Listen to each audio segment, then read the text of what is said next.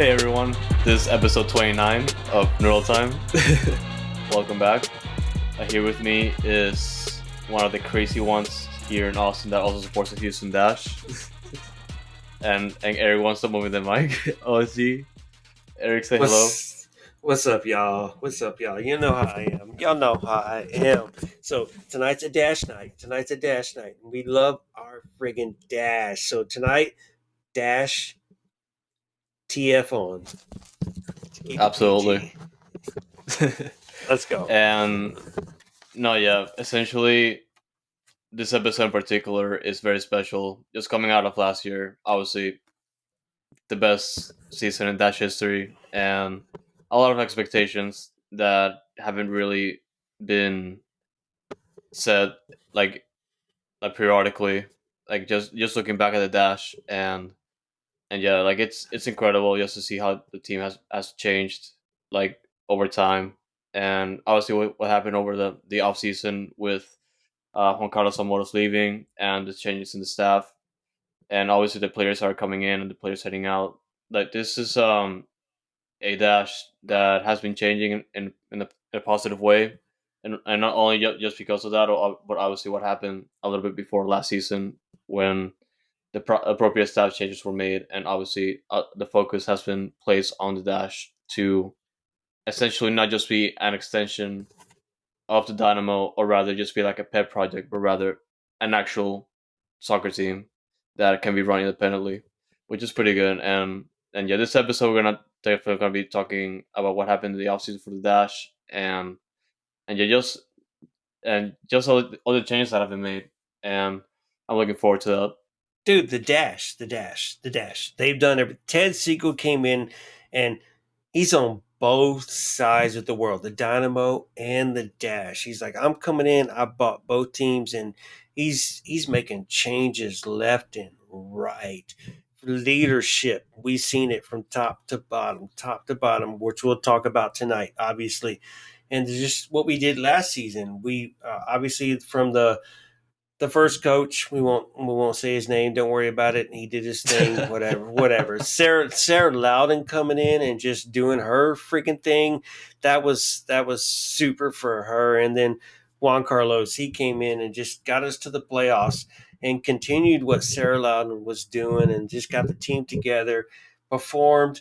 Unlucky that we lost in that first playoff game. Granted, it was a sellout. It was a freaking sellout. Yeah. History made the playoffs. History sellout. 22,000 people for the Dash. That's remarkable, man. That's remarkable. Credit to y'all who went to the game, and credit to y'all who enjoy and watched the game.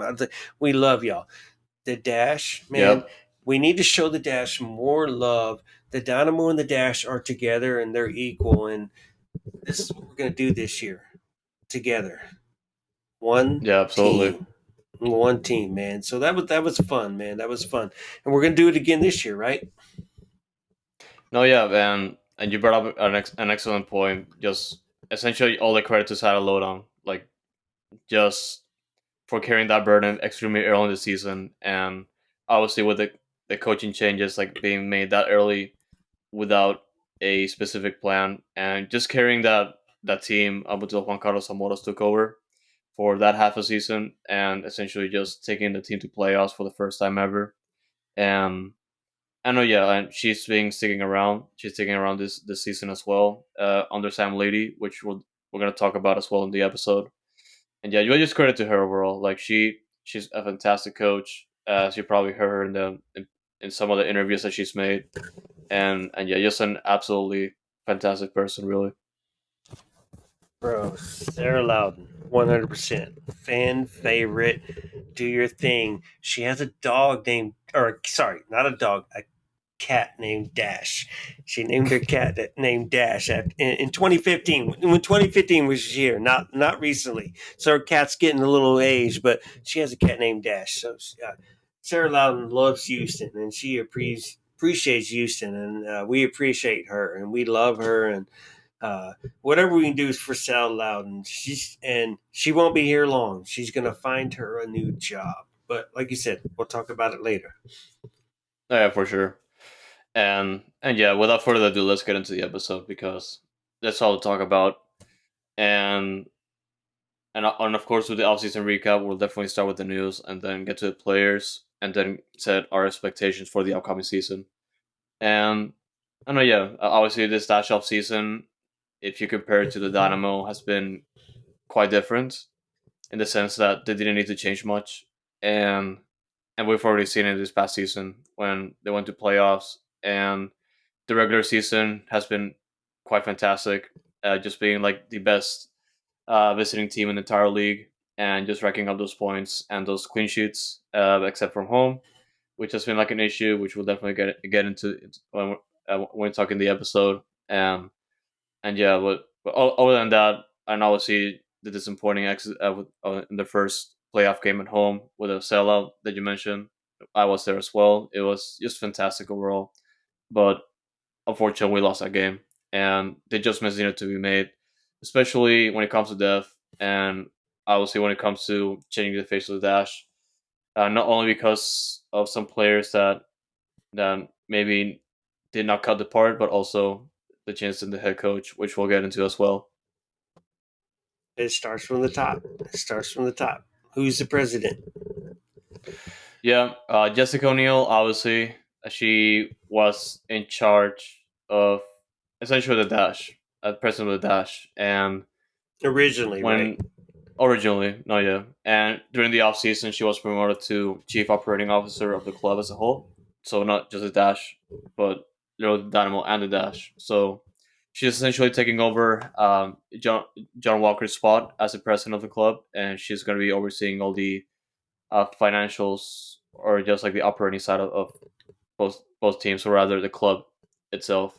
So she pretty much got promoted. That's a statement of dedication that she has put forth for like the past couple of years. She's been with the team now, coming back. Well, just coming off the Charlotte FC at Ever Sports, also involved with the Carolina Panthers, and just like a huge sports background in general, and obviously just one of those people that we needed in the club, and obviously just being like a like a woman figure in the sports industry is definitely big for us because we've never had a a position of rather a leadership position of a woman being up top, and that's just pretty good to see. Dude, I love it. Jessica O'Neill, she knows what she's doing. She obviously has a history with the Carolina Panthers and Charlotte FC, even though it's short with Charlotte FC. I love this hire, and she's done a great job. She's done a great job, bro. I mean, I can't say enough about that. So Jessica O'Neill, right there, an H's girl. We love you. Keep doing what you're doing and take us to the next level. No, yeah, and it goes back to what you mentioned about Ted Segal coming in and changing things. You know, obviously his priority, and we've already seen it from like day zero or day one, that he pretty much split out the roles when it comes to Dynamo and Dash. And like even though like the thing is that we they're working on unifying the club while separating the roles, like seems a little bit counterproductive. It still is somewhat efficient because you need like personnel looking over like specific parts of the Dynamo and the Dash, because obviously like it's pretty difficult to do to run two teams at the same time.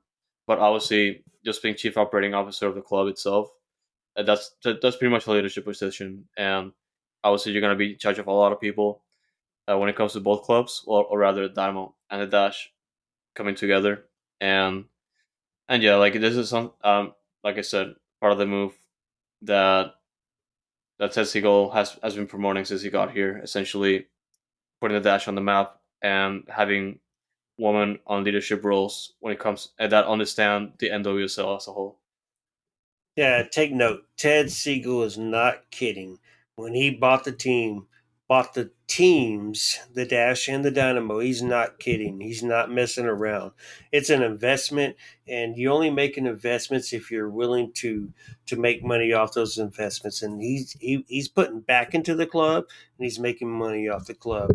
And we've been in desire for like the past 9, 10 years, and thank thank God for Daddy Ted, bro, and hiring Jessica O'Neill to do that job. It's a 100% agreeable. We all love that, and just every other move that he's made so far, you can't disagree with that. So Ted Siegel has done his job, and he's he's a smart man. He's a smart man. He brings Yeah. statures right here. He may be this tall. He brings statures this tall. Oh yeah, and just to go a little bit of a tangent, since I mentioned like splitting roles, obviously bringing Alex Singer as the GM for the Dash was massive and part of the improvement for the Dash, and something that I didn't mention when I was introducing the episode. And obviously, a lot of credit for her to her because she has been essentially one of the missing pieces for the Dash for a very long time, and essentially a dedicated position that had to be there in the first place when the Dash started playing. And I know it was massive. Yeah, Alex Singer, they just came in and pretty much put this team on the map on the first full year in charge, and we've already seen it. And there's a lot that we have to still see as well, and obviously with a new head coach, which we'll get into. Alex Singer's been given. I mean, they gave her the realms. They told her, "Go get this, go get that, do what you need to do." I mean, obviously, we don't know the backstory to what they're doing behind the scenes, but just to look at the signings and just what they've done, what she has done, it's just, man, I'm excited for the Houston Dash, bro. I'm excited for the Houston Dash. Right there. Yeah, Right there. Right there. If you're watching on YouTube, you see the flag. Houston yeah. Dash, bro. I'm excited, man. I'm excited. No, Houston if Dash you are about to win a friggin' title and become a dynasty. Mark yeah, my word. as you can probably tell, Eric is excited. But yeah, no, but I don't blame him honestly. Like, there's so much to look forward to for the Dash this season, and yeah, and I Bro, want to get into that. Yeah, after what's what we up? did after what we did last year, and that we're improving the team, the way we're improving the roster, we didn't really get rid of much, but we brought in a lot more. They're serious. They're serious about it. Yep, Just like on the Dynamo side of it as well. The overhaul. So it kind of feels like both sides. So they're serious. Ted Siegel says, "I want y'all to be serious," and that's what's up. We need to bring Houston back into the map because it for deserves sure. it.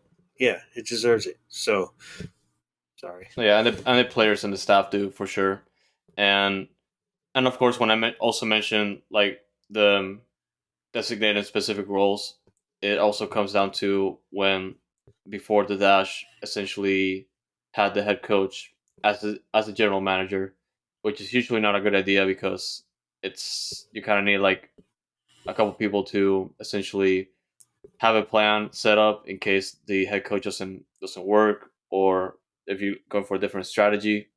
and and like I said, something that had to be done on the first day the club started playing, and thankfully that's the case here. And I know, yeah, of course, we got the changes of head coach early in the offseason when it came to Juan Carlos Zamoros leaving the team after a pretty successful season, obviously making the playoffs for the first time ever, the best finish of the regular season in club history. And it at first it was shocking to see because we didn't hear of any news as to him having like personal preferences or him not being wanting to be with the Houston Dash anymore or just the city itself.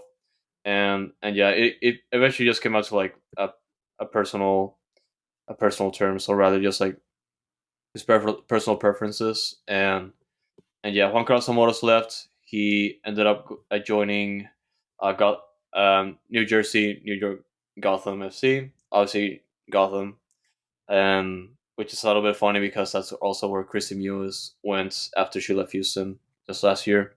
And and yeah, I don't know what you want to say about that. All I can say is like I mean, whatever the situation was, I think he didn't wait long enough, and he wanted to. He took a team that where he's going to build what he wants to build, and that's that. I think that's what it takes is to more.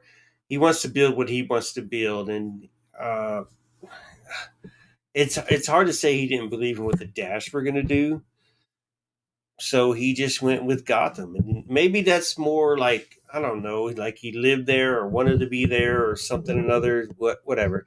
So in the end, we appreciated what he did for us, and uh, letting him go, it wasn't too hard until we let Sam Lady come in, and then we forgot about Juan Carlos immediately. Yeah, yeah, for sure. And I feel like it's a combination of the project with the Dash, or just him like wanting to go a different direction, and or that, and or the location. Essentially, like him preferring just living in New York City just because he wants to, Yeah, or just normal personal preference, which is perfectly fine. it's And closer to Spain.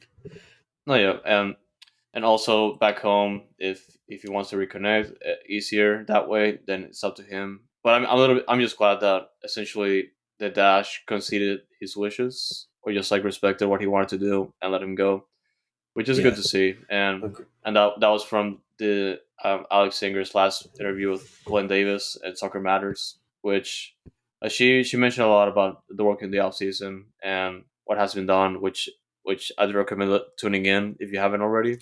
I think it's from the Soccer Matters episode from last week, but you should take a listen if you can. Agree. Yeah, Agree. yeah, and obviously when Juan Carlos Zamorros left, it was a little bit questionable as to what the Dash would do next, and they will eventually bring in Sam Lady as the new full time head coach for the Houston Dash. And just coming out of All Rain, he is a coach that, from what I've gathered, he's very well respected across the league, and obviously in the club itself that he has been working for a while now, and yeah, just gets along with the players very well. And I'm just looking forward to see how he steps up from Juan Carlos Zamor's performance as a head coach last year, because essentially the theme for the Dash next year is going to be consistency, or just like stepping up to the challenge. And I feel like I'm going to see that a lot in this episode, because when we go through the players and the expectations, that's going to be the pattern that you're going to notice. Dude, same lady, 10 years with OL Rain, 10 years, 10 years. I mean, that's great, and like you show loyalty right there. And he has two coaches that he was under, Laura Harvey and Vlata Andavoski. Don't make me say her name again, but U.S. women's team coach, and then Laura Harvey. We should already know, right?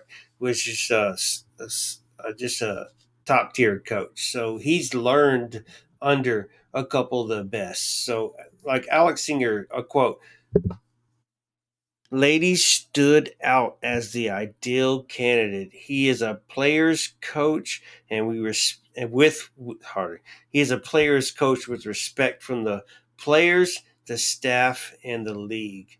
He just stands out, and he made sense.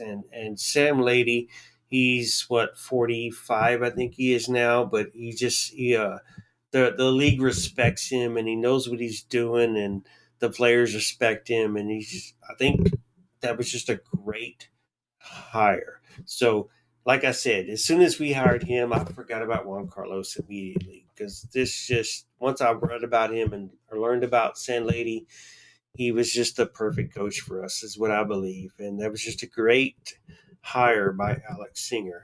Hashtag Alex Singer. Hashtag Alex Singer, I like that. Hashtag, dude. That's just. I mean, I think he's the guy, and just from like, since we've hired him, just from what we've seen on the social medias and everything, like the people do respect him, and he is making sense, and he sounds correct on the social medias and the interviews and the just on the just oh man. So the Dash are on the right page right now.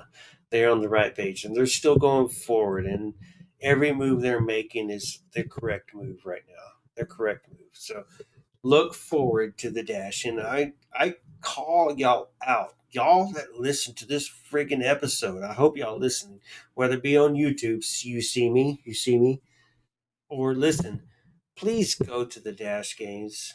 Please. I mean, Yep. I know we're doing Dynamo 17 times a year. We got Dash 11 times a year.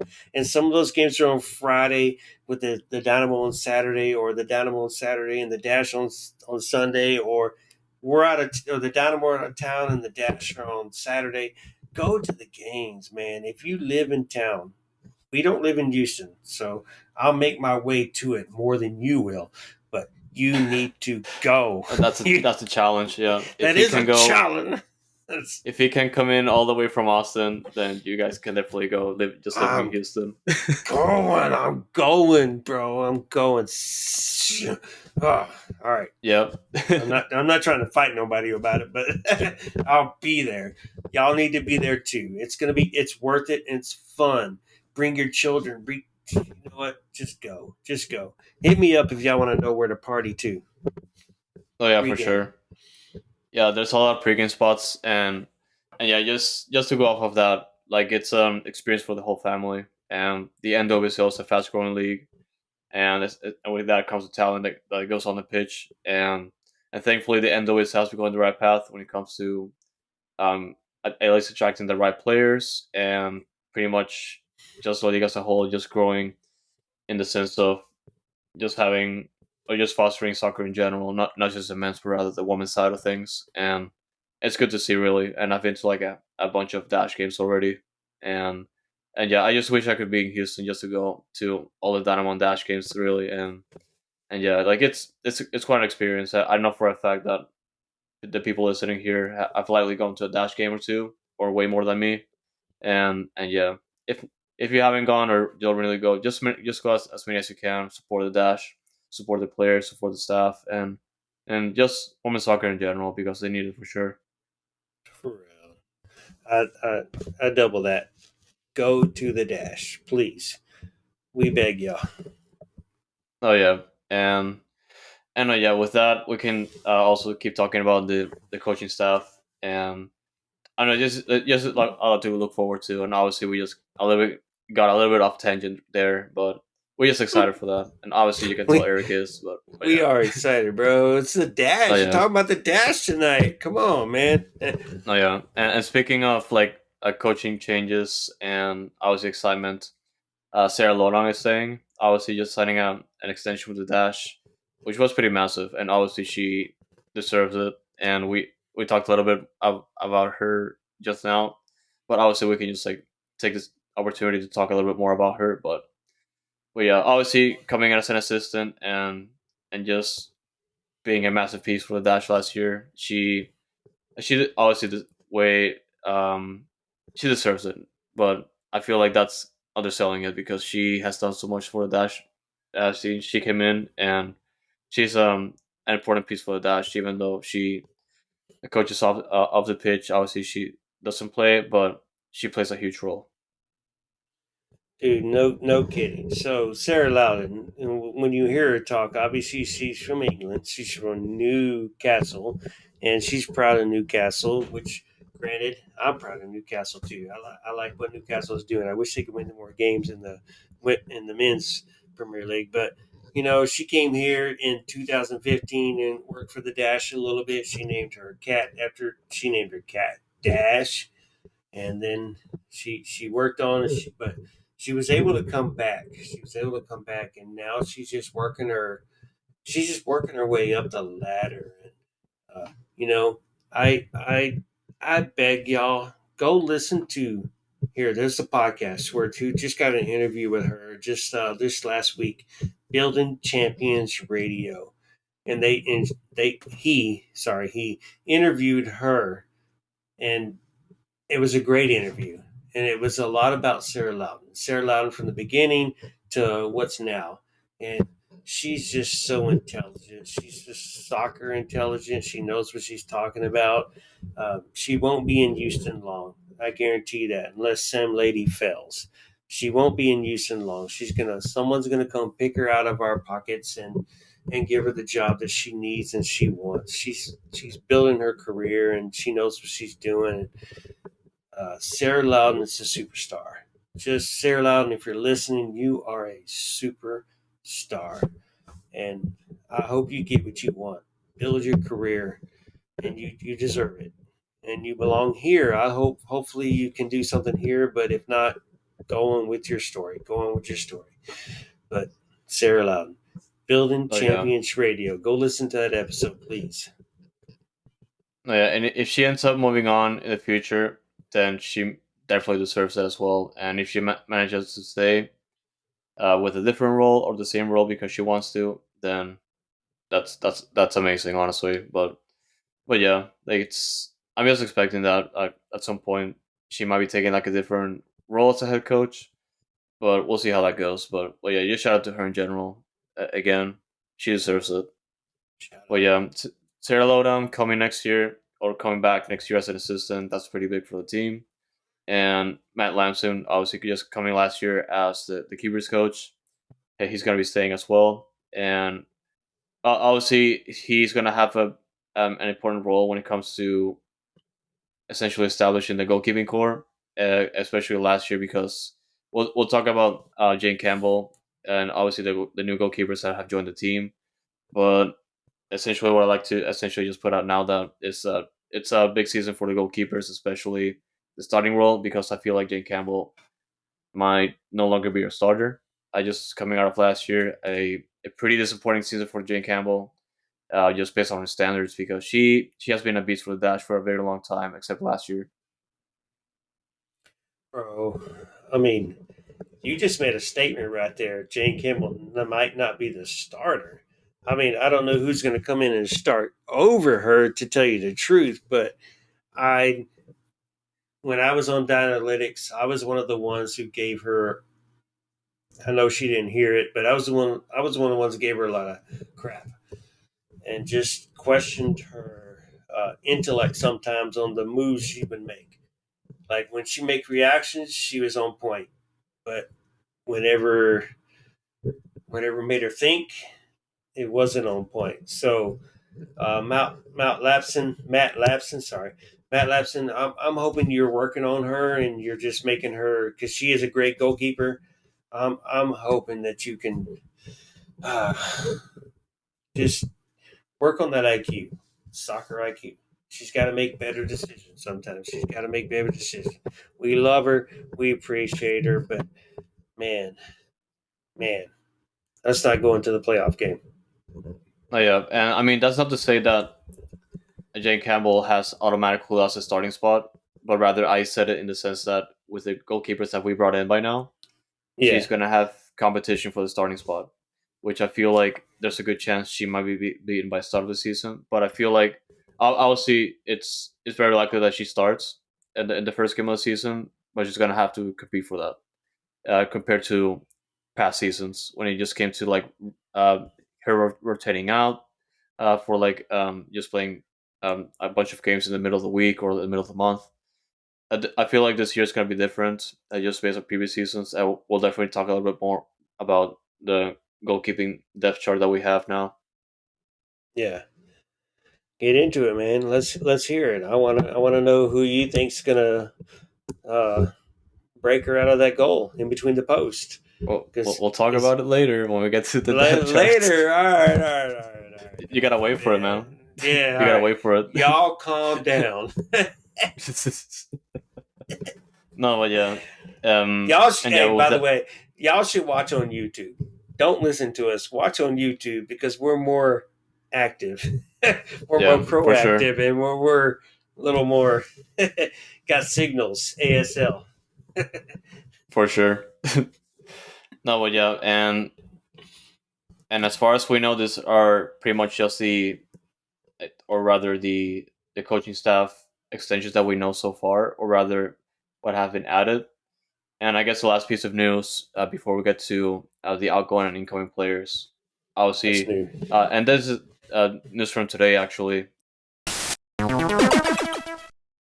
And yeah, and one of the things that I also wanted to bring out when it came to the hiring of coaches and also the staff itself, and I guess also before we get into the outgoing and incoming players, we can definitely talk about the hiring of Jasmine James, which was announced today.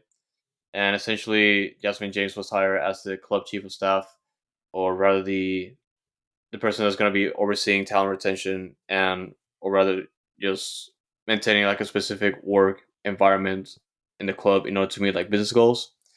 And obviously that just comes back to a Tetsu goal and creating those positions of leadership when it came to, or rather when it comes to just having like a vision to set the club to higher standards, and also just having like those positions that have been pretty much being currently filled by other clubs across the league, and that's just good to see. It kind of just puts like the club, or rather puts the club in like a new way, and obviously they keep hiring positions that the club, not just the Dynamo, rather the Dash, never had before, and that's good to see. Obviously, it just tells you that they're taking stuff seriously now.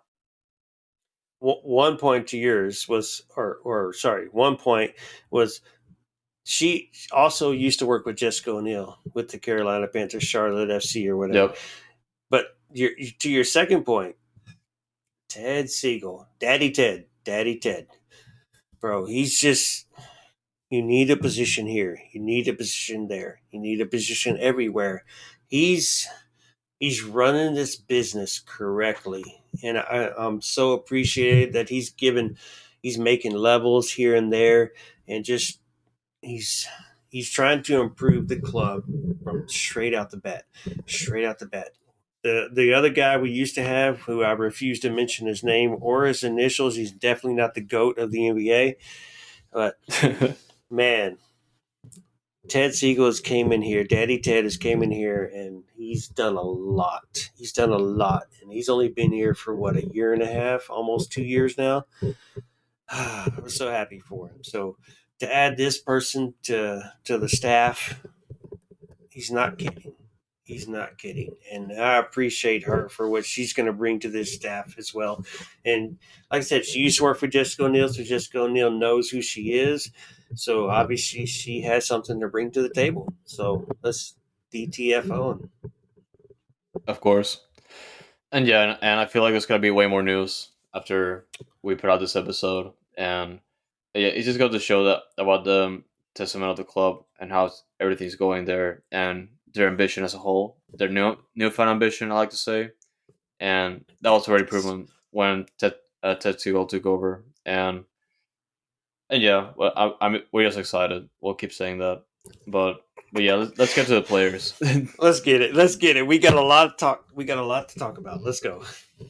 Oh yeah, the players, obviously, if you're coming in with the perspective of Dynamo, is way different because, like I said early on in the episode, there's not a lot of adjustments that need to be done with this team, but rather when it comes to just depth, or just having the right pieces to cover you up, especially when you have the World Cup coming in, and also just having rotation players available in a busy schedule.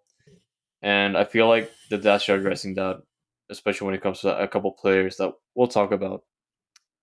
And you probably know what I'm thinking now, but we'll get to that later. For now, we'll focus on the outgoing players. Right, And right. Well, yeah, we have enough time on the show later, so for sure. he'll sip out later.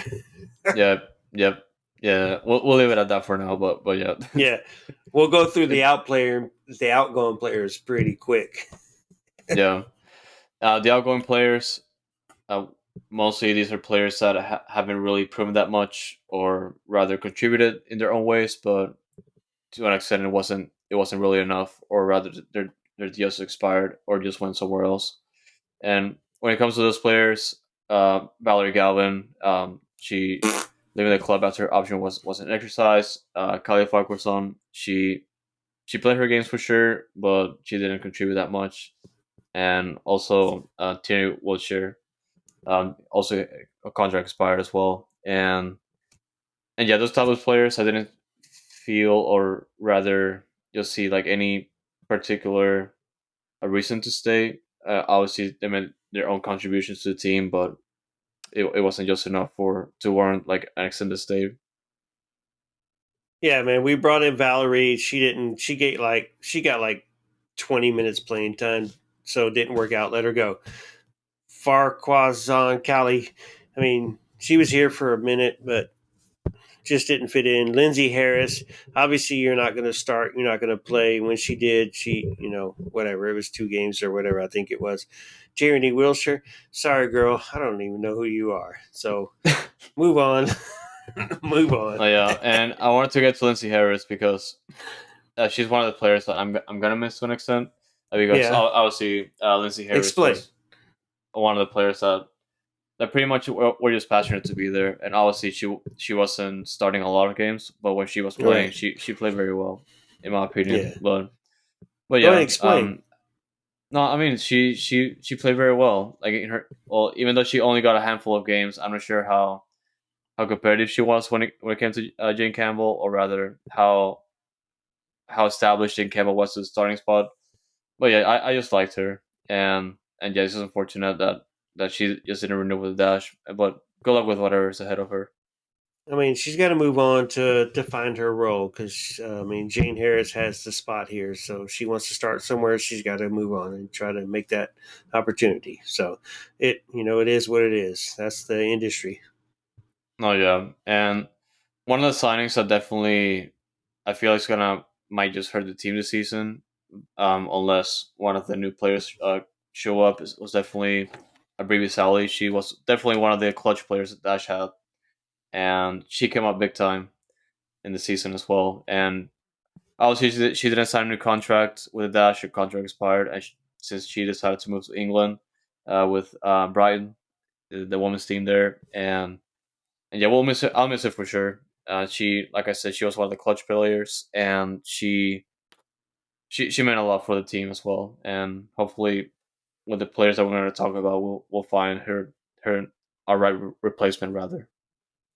I was kind of surprised at her move as well, but I can't blame her. She's going to Brighton. She's going to England. So I mean, what blame is there to make? So yeah, we got to fill her role and fill that depth for that. And I think we've been working on it. So I credit her for going to England. She hasn't made a start or even an appearance over there, but she just left over there, so she's got to get into the groove and get into form, and she'll make her move. So we wish her the luck to at Brighton and Hove Albion.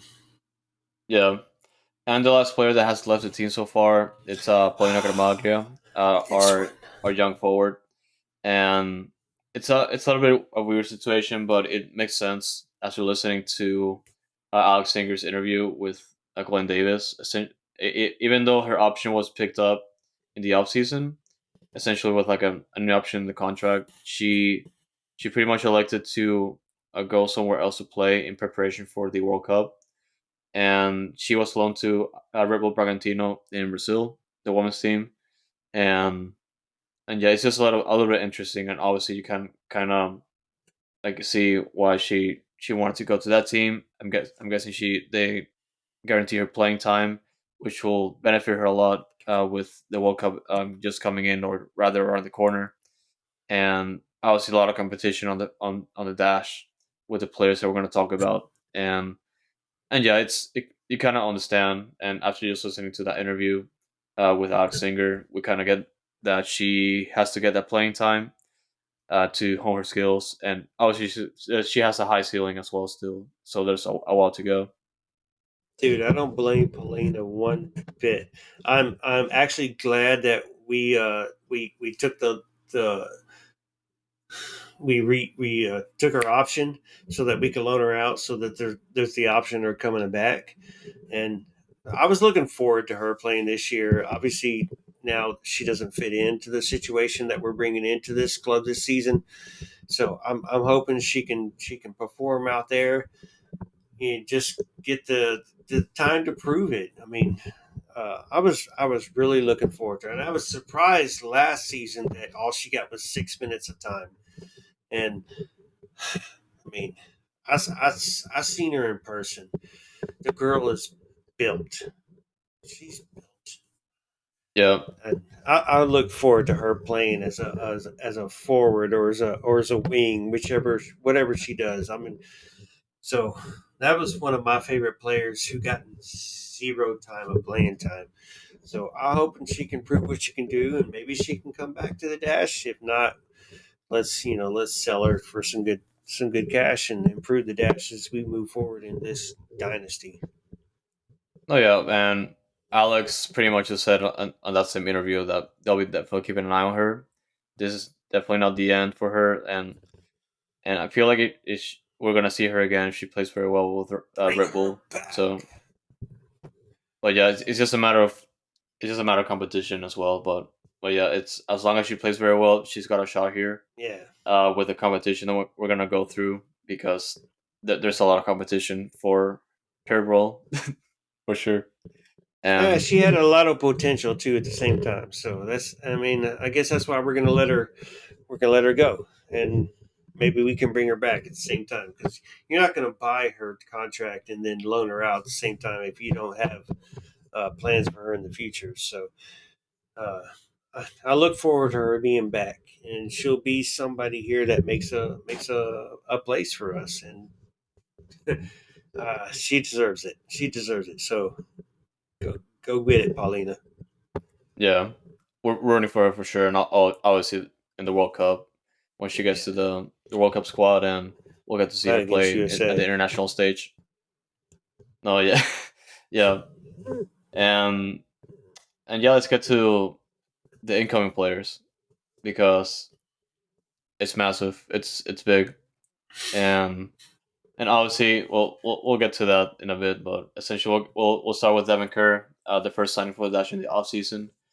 Our goalkeeper coming in for the Washington Spirits, she did sign a 1 year deal with the Dash, and this is a little bit of what we're going to be talking about when it comes to competition for the starting spot. Because even though Devin Kerr, she didn't get like a big deal, obviously doesn't tell you right away that she's going to be starting, or rather she's going to be like a death piece in the goalkeeping core. But she might as well just compete for that spot, and there's a good chance she might get it. And well, not her, but rather like whoever manages to beat out Jane Campbell for some reason, and it's gonna be exciting, at least in my opinion. Well, I mean, just off of history, I don't see her beating Jane Campbell out unless she comes out here and just makes noise and just shows Lady who she is. Because she's had 4 appearances and 1 start for Washington. So I mean, that's a tough one to say to give Jane Campbell competition. But you know what? Jane Campbell needs competition just to show that she needs to perform more. So I'm wishing for it. I'm hoping for it. So let's go, Devin Kerr. No, Push yeah, Jane Campbell to the next limit. and obviously it's also important to notice that Ella Dedrick, one of the players that's returned from last year, she's still injured, or rather placed in the injury list for Dash. So it's pretty much just Oh gonna yeah, be like depending on how the non-roster invitees do in the preseason. I do see Devin Kerr as or rather the second string goalkeeper, yeah. and yeah, if the obviously the competition doesn't go that well, but we'll see how that goes. I just need Jane Campbell to, just to make smarter decisions, please. I and couldn't find any comparison. Hey, we're not talking to you right now. I just need Jane Campbell. Just need Jane Campbell to make smarter decisions when it comes down to the clutch situations, and then she could be a great goalkeeper, and she'll play for the national team. But right now, Jane just makes so many. Just man, I'm not gonna get into it. Just so I'm not talking crap about her. No, yeah, and yeah, we'll get into that when we talk about the goal, like who gets to start in a little bit for like, or rather our Yeah, expectations for the season. right. But yeah, Devin Kerr, our first signing, our second being Ivana Solon, a midfielder coming out of North Carolina Courage as a free agent. She did sign a 2 year deal with Dash, and midfielder. When it comes to midfielders, that depth chart is pretty deep, and there's a lot to discuss, or rather, Havana's role in there because it's gonna be pretty tough to start there, or rather, just be like an impact piece. But obviously, it's good that she joins, and just obviously being a free agent, not a lot of investment there, and it just adds to the pool of talented midfielders that we have already. To her credit, she's a Jamaican national, so she plays for the national team at the same time. So she's getting good experience, and like you said, she's going to be a depth piece. She's not going to push for a starting position at least this year, but she could push for it in the future. But we'll see. She's working on that experience.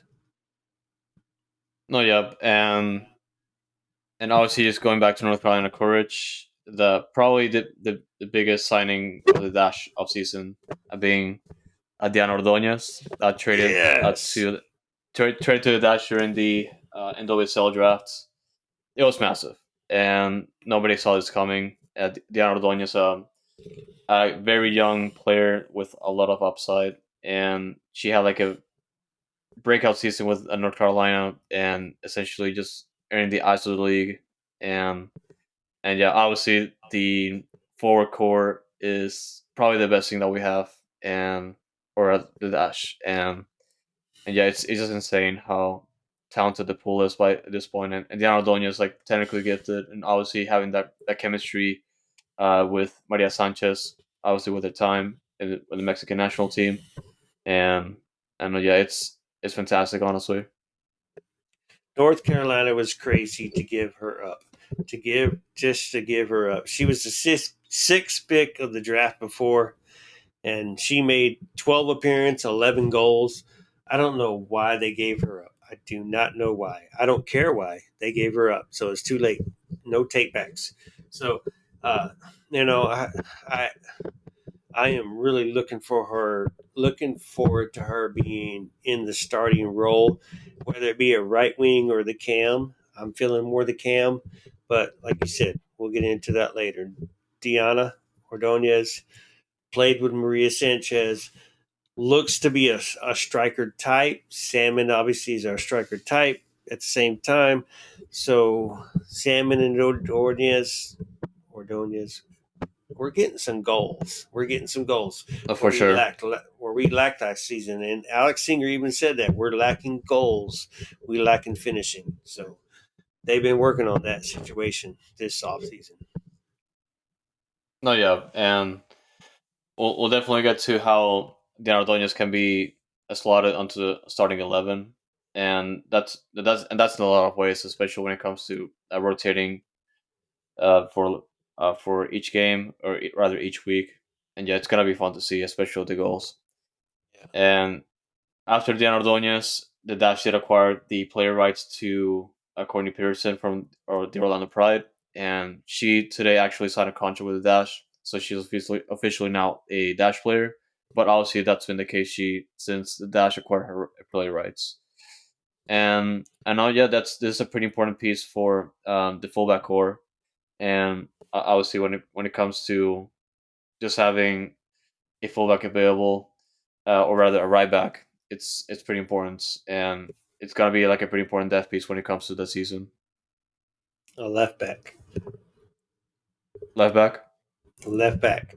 And she was a seventh pick in the first round for Orlando a couple years ago, too. So she's a highly yeah, highly touted, whatever player.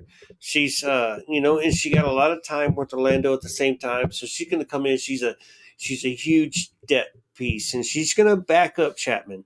Or you know what?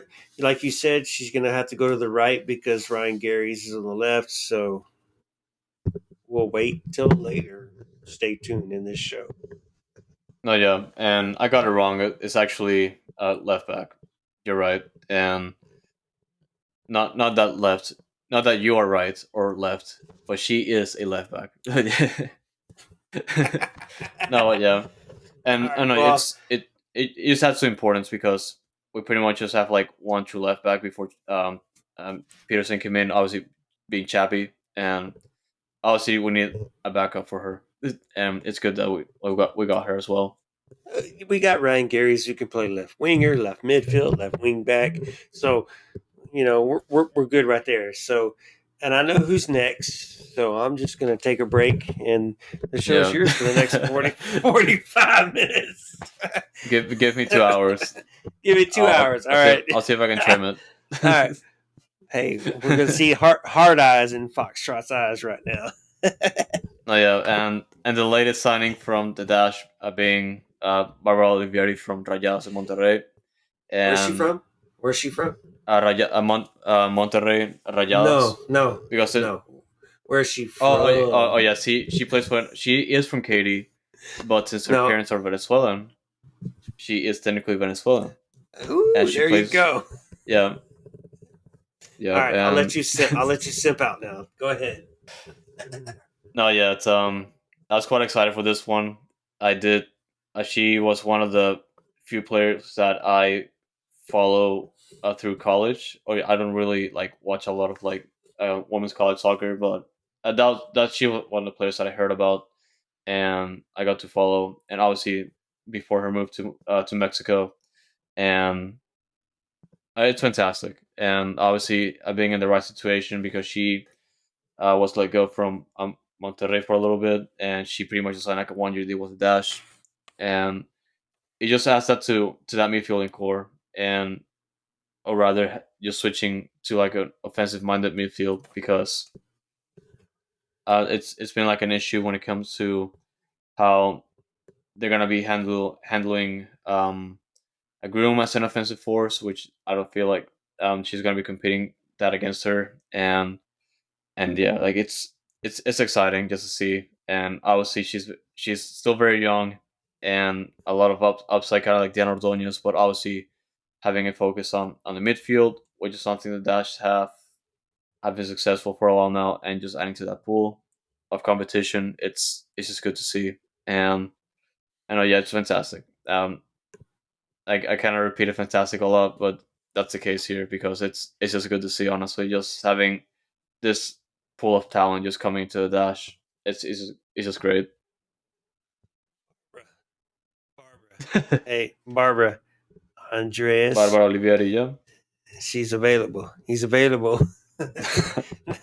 Nah, all right. So now I 100% agree with you right there. Like she's gonna be an absolute depth piece that's gonna bring a lot of chemistry to the team, and she fits in 100%. And she's got a lot of talent. And like you said, you've been following her. She did a and man, just all the pieces we've been adding for the Dash. They just they're we're creating a dynasty. I don't that's kind of harsh right there, but we are creating a dynasty. The Dash are trying to be somebody in NWS and NWSL. And I even tweeted it one time. Watch out, NWSL. The Houston Dash are coming for you. They're coming for you. Alex Morgan in San Diego. Watch out, girl. We're coming for you. I love you, girl. I love you, but we're coming for you. Watch out. So let's go Dash. Let's go Dash. Man. No, yeah, for sure. And I know, yeah, just going through the incoming players, and like I said initially, not a lot of changes here compared to like a team that has to like overhaul everything, but rather just like the right moves so far, or as far as we know, because this might be it, and also depends on what happens with the draft picks and Well, the roster invitees. speaking of draft picks, I've got them right here in front of me. Yeah, You yeah. want to talk Let's about go them? through that. Yeah, Yeah, man. So, you know what? 20th pick, midfielder, forward, Sophie Hurst from Harvard. You know, she's an all Ivy first team academic all Ivy, played 17 games in her. She's a fifth year senior as well at the same time. Led Harvard to her second straight NCAA tournament bid in the first home game since 2014. So she was a crucial piece in Harvard history. So this is a player who knows how to win and actually won. So this is somebody who, I mean, in our depth, we'll figure out where she's at. She's kind of like right there, but you know what? Great piece. 2 picks later, Jalissa Harris out of South Carolina. You know who's happy about that? Tell me, who's happy about that? I will definitely Ryan Gary. say, yeah, Eddie Robinson. Ryan No, Ryan Gary's, bro. Ryan Gary's All is right. more Oh yeah, happy. sure. Yeah, yeah, yeah. Ryan Gary's. The I thought you were gonna say Eddie TikToks are Robinson, but yeah, coming. you're right. Yeah, Jalissa Harris, South Carolina, played with Brian Gary's in South Carolina, so obviously foreign teammate, all South, All Southeast Region first team, All Southeast first team. Started 105, 107 games with 16 goals and 11 assists in her career for South Carolina. But she's partnered with Ryan Garys and plays kind of the on the left side. I think she's the left center back as far as the defensive line. Ryan Garys is on the left side wing, obviously, but you know what? They have a career together, so they already have that history together, which means hey, they can play together. So let's go. You know, at 36 picked overall, we got Lindsey Jennings of LSU, hometown girl from Conroe. So she's coming back home, bro. She's coming back home. She's gonna be happy when you come home and play for your team, play for your city. You're gonna be super happy. She started 20 of 20 games last season. First team All SC, key component of the back line that advances to the second round in NCAAs.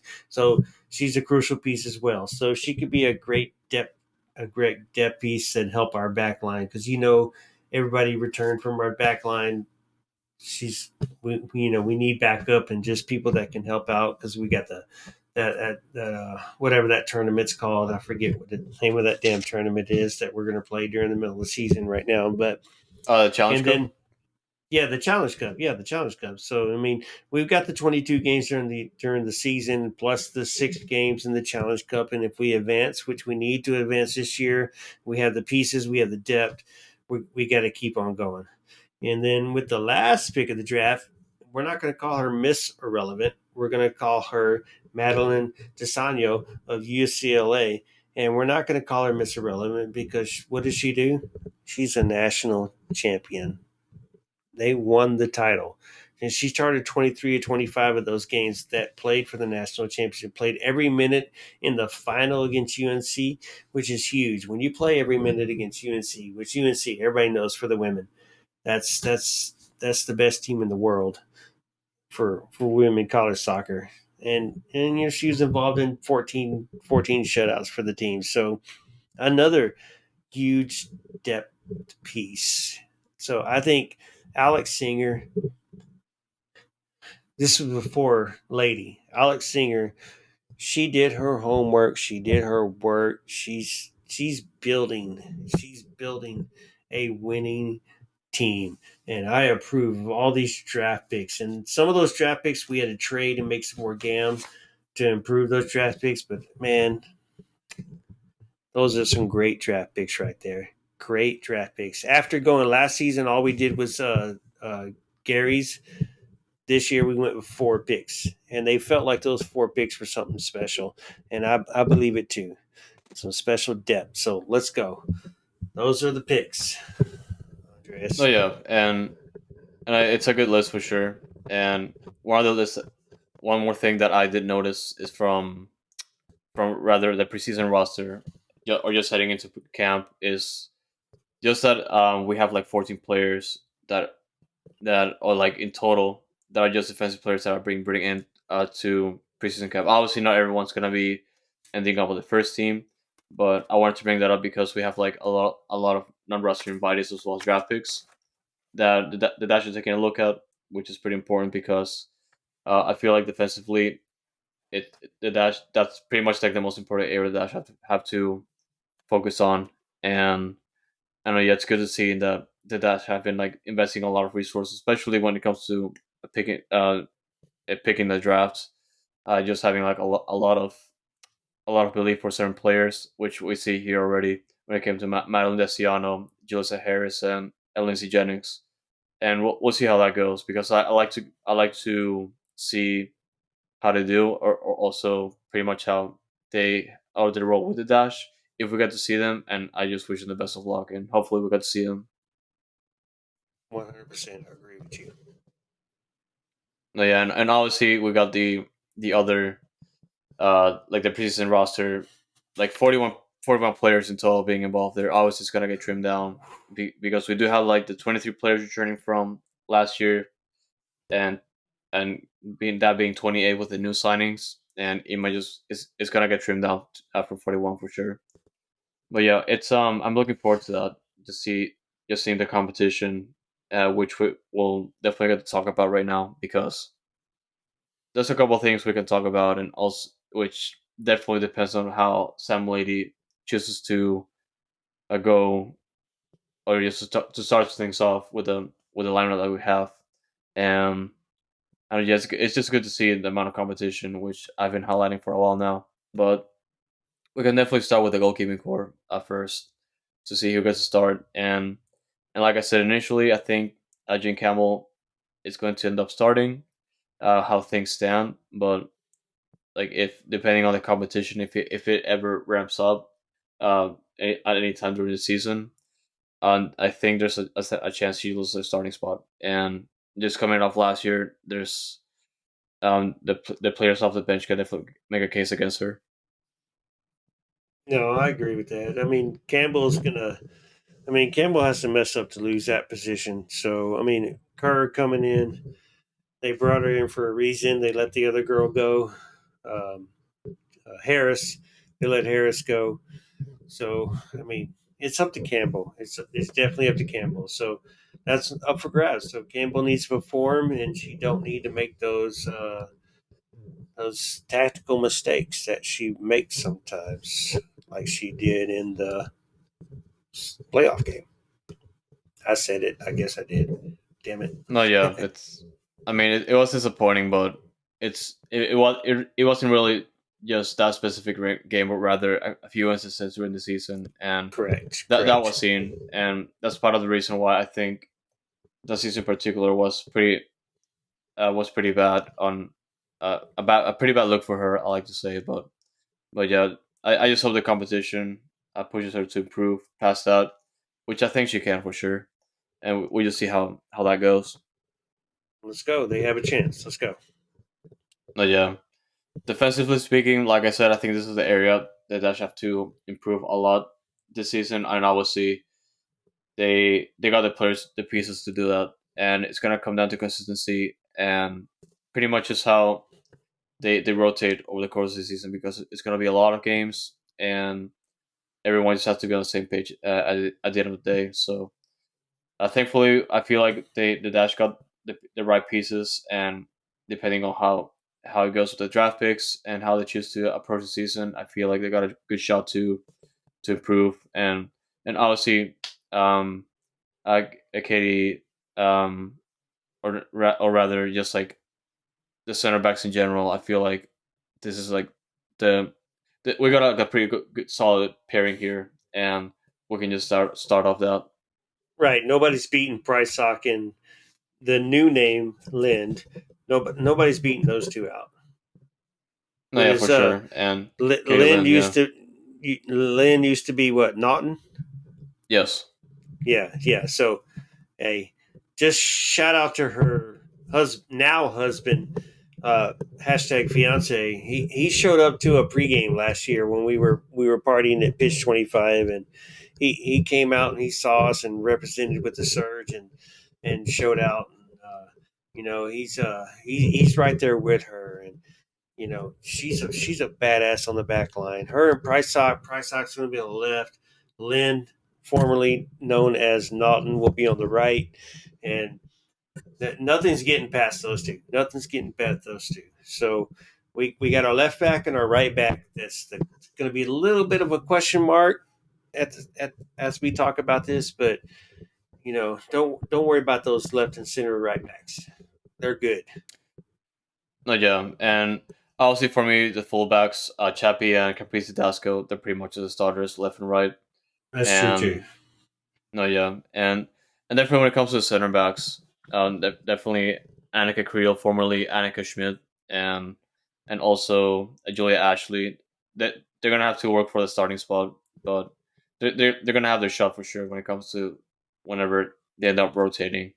So it's gonna be good. And we also discussed a little bit about Courtney Peterson coming in to essentially just be the backup for Chappie.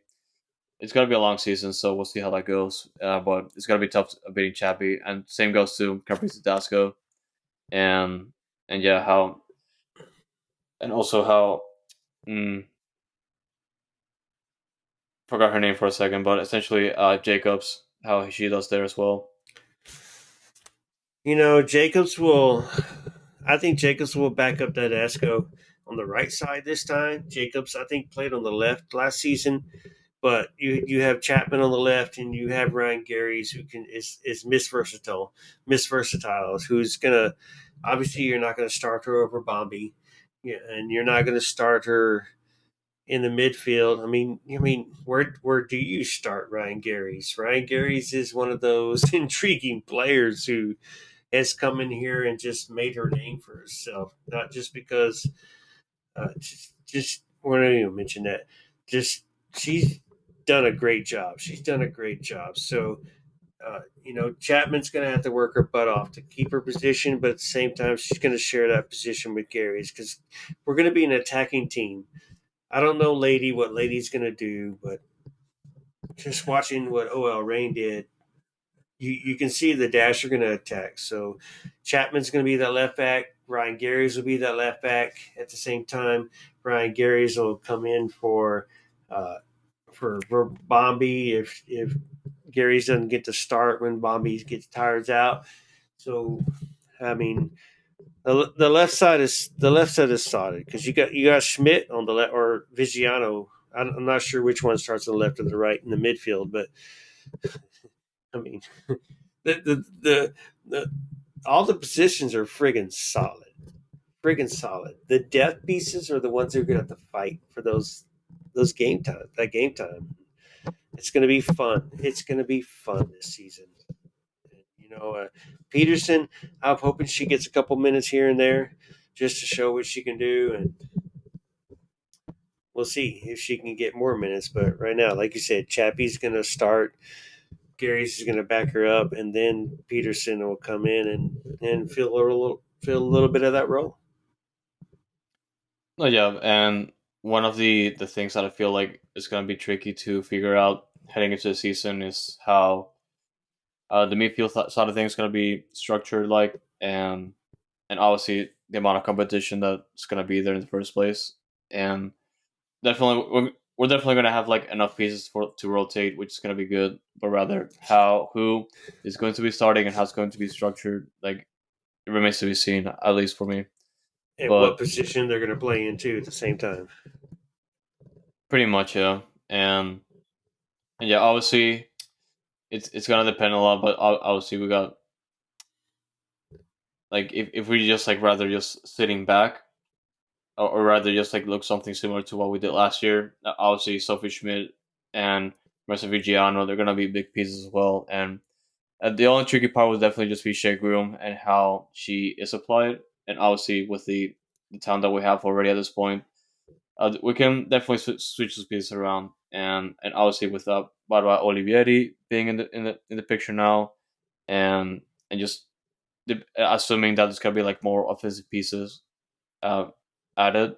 It really depends. Like I like to see it first, but yeah, it's just for me. There's like a lot of variables to consider. Dude, it's very interesting. Very, very interesting to what he's gonna, the first game, what's his starting lineup gonna be? Very interesting. And a lot of people that follow the Dash can argue about it. We might get into an argument here tonight about it because, I think Ordonez is going to be that cam position where Groom is not going to start, but Ordonez is going to start. Somebody else is going to start on that right wing, but it all depends on what Lady wants to do. Is he going to be a 4-4-3? I mean, a 4-3-3 or a 4-4-2? What's he going to do? We don't know yet. Oh, yeah, and I also bring up the variables because obviously we still have Michael Mara Stevens injured as well as Kelsey Hedge. So there's Yeah, there's there's still a lot to consider, and yeah. obviously there are pieces brought in to essentially cover for them, but eventually they're expected to recover and compete for the spots again. So like it's just a little bit tricky for me, and yeah, I just like to see how it turns out early on in the season, just to see how I can set my expectations correctly. But yeah, I just know for a fact that there's gonna be like competition there, and it's gonna be intense. Speaking of Shea Groom, her name wasn't mentioned today. I listened to the Sarah Loudon interview on Building Champions Radio, and she talked about what's it like being a coach and what's it like being when a player comes up to you and is like, "Hey, why didn't I start today? Why am I not playing no more?" And she goes, "I'm not going to name a name," and she goes, "I'm just going to call this person John." Just I immediately thought of Shea Groom because who else are we talking about from last season in the starting positions? It was Shea Groom who started the first half of the season, did not start the second half of the season. It only came off the bench in the last 10 minutes of the game. Just the way she was talking about it was like, hey, that was just the way the coach likes other people right now. Just when you get the opportunity, go prove yourself and just prove the coach that you're the person that belongs there. And so we do all love Shea Groom, but right now she's the one who's got a lot to prove. But she's got a new coach in her hands. So I mean, is she the girl? Can she be the girl? Can Adonias be the girl? Can Adonias play on the right side? Ordonez gave an interview and says, I'm a striker. I'm a striker type mentality uh, player, which means you play striker or you play that central attacking midfielder where you can back up Salmon. Uh, where does Ordonez fit? Where does a Groom fit if Ordonez is that central attacking midfielder? So, uh, you know, Lady's got a lot of figuring out to do, which we trust him just from his what he did in OL Reign. So I'm really interested to what that first day starting 11 is going to look like. Really interested. Yeah, for sure. And obviously, with that, we're gonna go ahead and move to the forwards because obviously this is the most exciting part of the team, and on paper at least. Goals. And Goals. uh, obviously, goals win you games, and we saw a lot of those last year. And obviously, adding Diana Ordonez to the fold, and honestly, just looking back at this team last year, like it was incredible. And yeah, it's things have gotten way spicier now. And Mm, of course, as you're starting on the left side, Bombi's a starter. No doubt, no question. It's just a matter of Joe Anderson or Ryan Garrett is stepping up, or just rather having like a different role. Like I said, it really depends on how Sam Lady rolls out, but they're gonna have a hard time beating her starting spot, assuming that we have a dedicated left wing. not even a question. Bobby started. Period. Yeah, All right, move on. and yeah, right wing is when it gets very tricky because obviously Diana There Ordonez you just go. came in, and Michelle Prince having like a breakout season. She's injured, so and uh, and obviously she might not be in the picture like early in the season, but obviously later on she will. And Michelle Osei also having a pretty good season with Dash, and she's going to be competing against Ordonez for the starting spot. And obviously, when it comes to having the established players starting, that's a good call. But obviously, when it comes to Diana Ordonez, she's going to battle for that spot right away, and it's gonna come down to Michelle just stepping up to that and just proving herself. And it's gonna be tough because it's like I said, Michelle Prince. She's out of the picture for now, which opens up things, at least in my opinion. And Yeah, and yeah, absolutely. it's gonna be interesting to see, at least for me. Well, and then what do you do with Michelle Bam? I mean, because at the same time, Ordonez can back up Salmon. So does can a Yeah, Bam can a Bam play the right side? And let me for throw sure. this out there. MLS, we throw wingers on the inverted side. Why can't Ryan Gary's play the right wing and shoot with that left It's part of foot? it. Yeah. So I mean, options are there. Sam Lady has a lot of work to do because he has a lot of options and a lot of players to work with, which makes us even more interesting, which also makes your job a lot harder. So what do you do? Yep. What do you do, bro?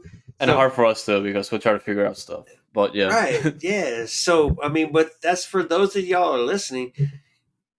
You got to appreciate the players that we have and the players that we mentioned, and like if somebody does go down, you have somebody to back them up. And that's what makes this team special this year.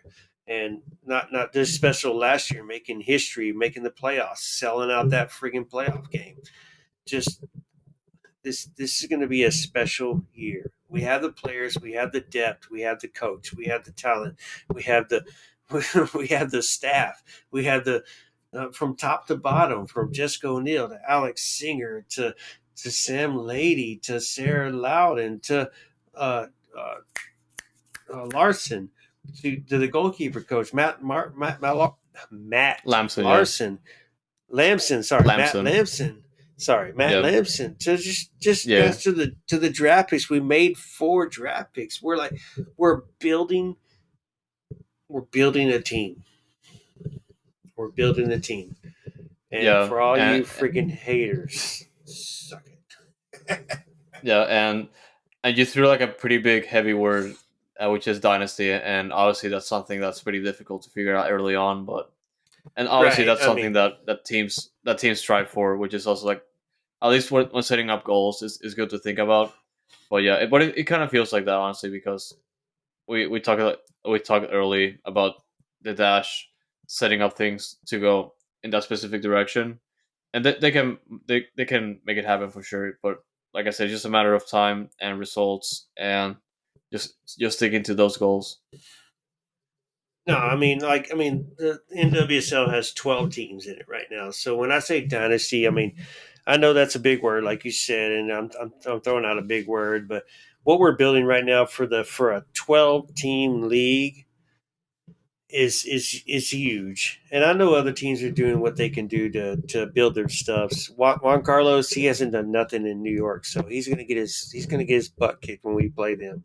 So good choice, bro. I mean, No, but yeah, and the league's still growing and the league's still building. But go ahead, go ahead. yeah, and I guess before we get to how we think or our early expectations for the season, we can obviously finish out the our our our like say starting 11 with a striker with strike force up top, or as we assume how it's gonna be the nine, and obviously Ebony Salmon, no question about it, and it's Right, correct. um, Salmon's the starter. Yeah. yeah, yeah, and but obviously, like you said, there's definitely a lot of pieces to move, if that's the case for Sam Lady, and and yeah, Michaela Ava, and obviously um, Cameron Tucker coming in. There's just a lot to look forward to, pretty much. So that's your starting 11. The only problem I have with is the right wing. I think that'll change. Yeah, I think Ordonez is your cam, and your white wing might be a Lozy, might be a Bam as well. We'll see.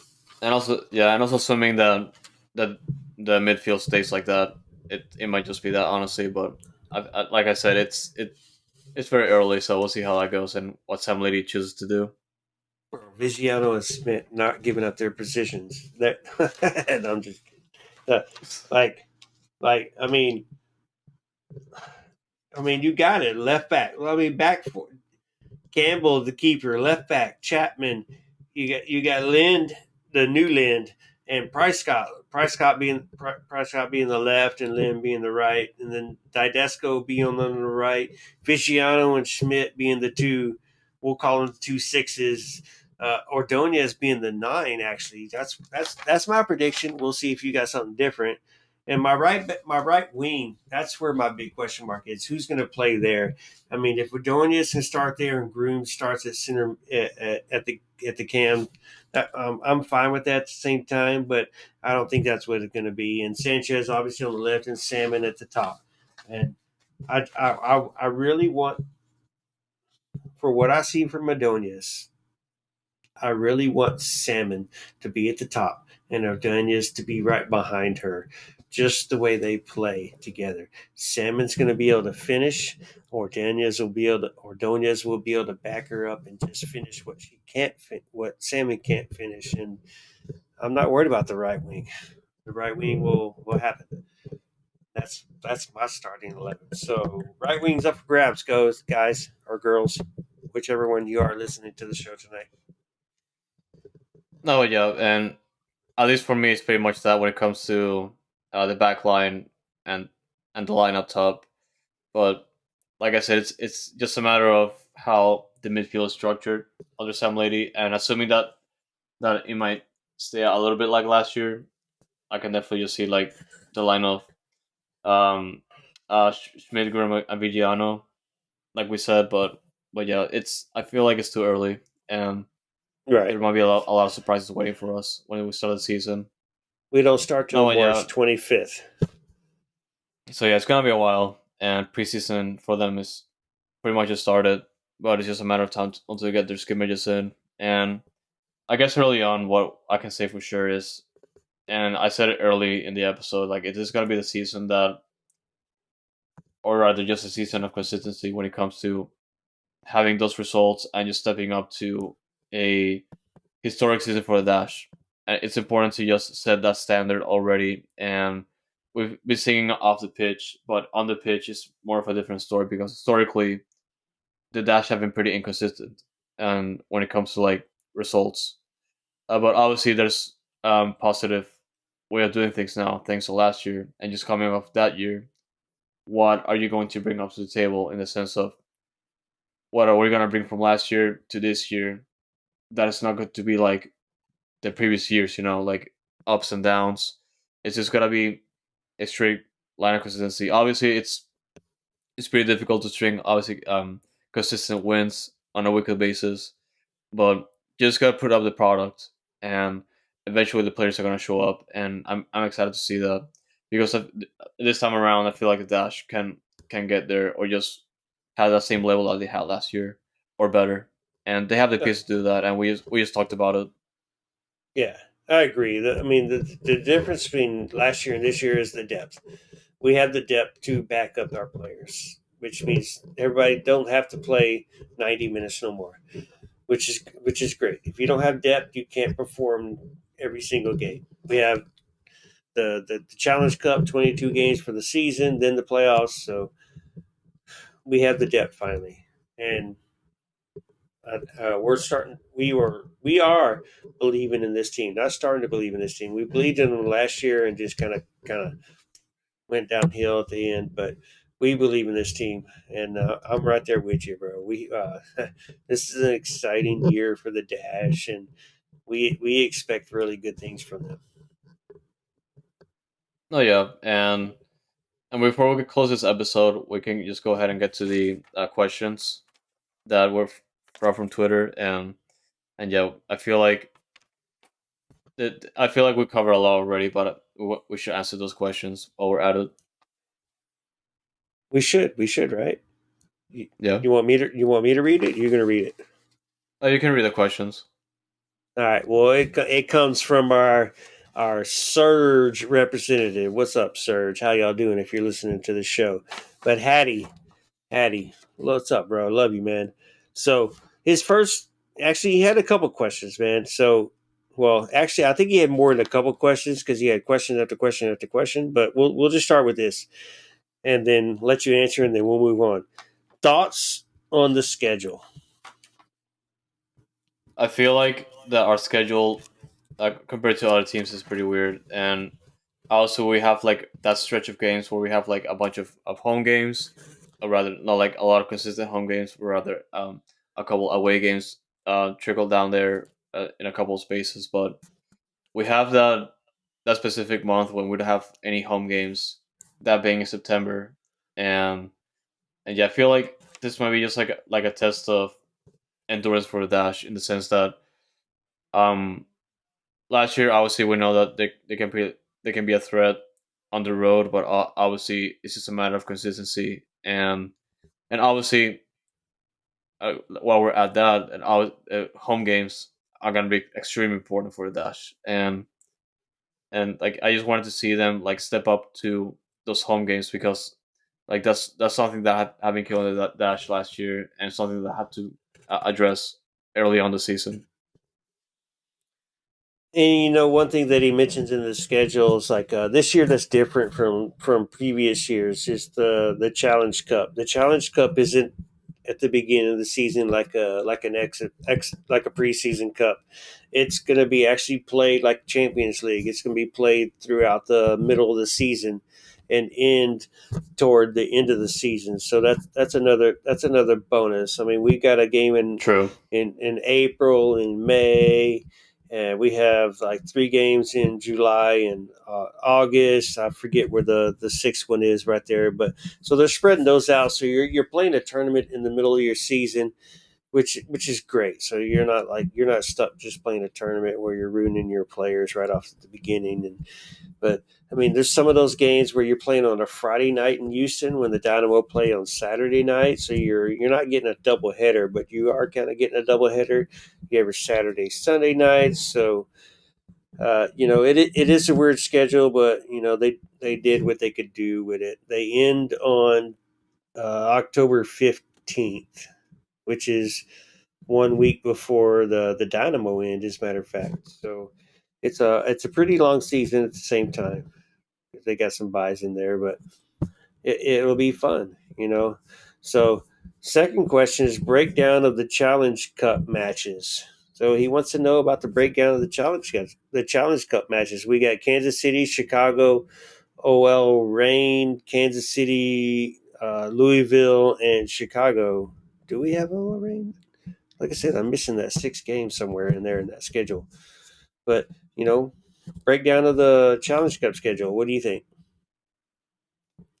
Honestly, I feel like it's gonna be a tough test for us, and only saying that because it's gonna come down to, obviously, when you have like a schedule of several games, it's gonna come down to rotation and the dash player stepping up. And I feel like regardless of the opponent, I feel it's gonna that's how it's gonna come down to how they perform like cohesively and pretty much as a unit, just right away. Because even though you may not have been in the same starting 11 for a while, and just adding those pieces together, like it's gonna come down to consistency. Just going back to that, because that's gonna be the theme of the season. And something else I'd also like to mention about the schedule is, obviously the break during the World Cup is big, and the Dash are not gonna be playing any games in between unless one of the players like goes to the final, which we'll see how that goes. But yeah, it's big that at least they have that going. But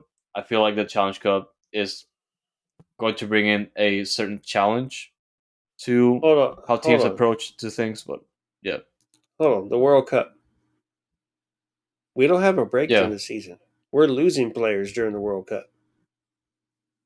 Oh yeah, but The de- the World Cup starts on July 20th and ends on August 20th. So there's like a break past no, we because of have a the. game. We have the Challenge Cup from July 22nd, 29th, and August 5th. 3 games in a row. Oh yeah, oh yeah, the Challenge Cup. Yeah, Yeah, yeah. I was focused on the season for sure, but oh yeah, I see. Yeah, it goes back to what I said about having that rotation ready, because the Dutch are going to be playing games during the Challenge Cup, and it So also comes down to the, yeah. I was gonna say. yeah, so even bigger, the depth really comes into play right then because I mean, I don't know if Mexico's going to be in with Bombi and some of those other players, but yeah, we have 3 games in a row for the Challenge Cup on July 22nd at Kansas City, July 29th, Louisville comes here, August 5th at Chicago. 3 games in a row while the women are at the World Cup playing their games, and you know. So depth is going to be huge because you're going to be missing some major players right there, and those are the last 3 games in the tournament in the group stage to even make it out. So, I mean, do we have a chance? Can we do it? So, that kind of leads into the next question that he asked: should the current depth be good enough to take us on 2 trophy runs, or is there other positions we need to consider in the transfer market? Man, I feel like at this point in the transfer market, I feel like we have like the right pieces, but I would say two trophy runs is insane, and Yeah. especially with this type of schedule and how the Challenge Cup operates, and it's just a big ask, honestly. But I feel like the Dash have addressed their core issues and brought in the right talent. But I'm gonna say it again, but it's pretty much the season of consistency and how each player steps up to that challenge to play as a cohesive unit, because it's gonna get proven this season how the Dash approach the Challenge Cup. and and yeah, it's good that you caught me on that because I was looking at initially. I was focused initially on the regular season schedule, but then the Challenge Cup is going to be an actual challenge because it's going to be Yes. happening in the middle. In the middle, it's actually a challenge, which is good. But Right. essentially, it's going to be in the middle of the World Cup cycle, which obviously is going to be a some teams have to pretty much take seriously because either they can just like skip it and just focus on the regular season when the players come back, or actually take it seriously and have a legitimate run at things. But I feel like it's up to each team, and I feel like the Dash can take things seriously.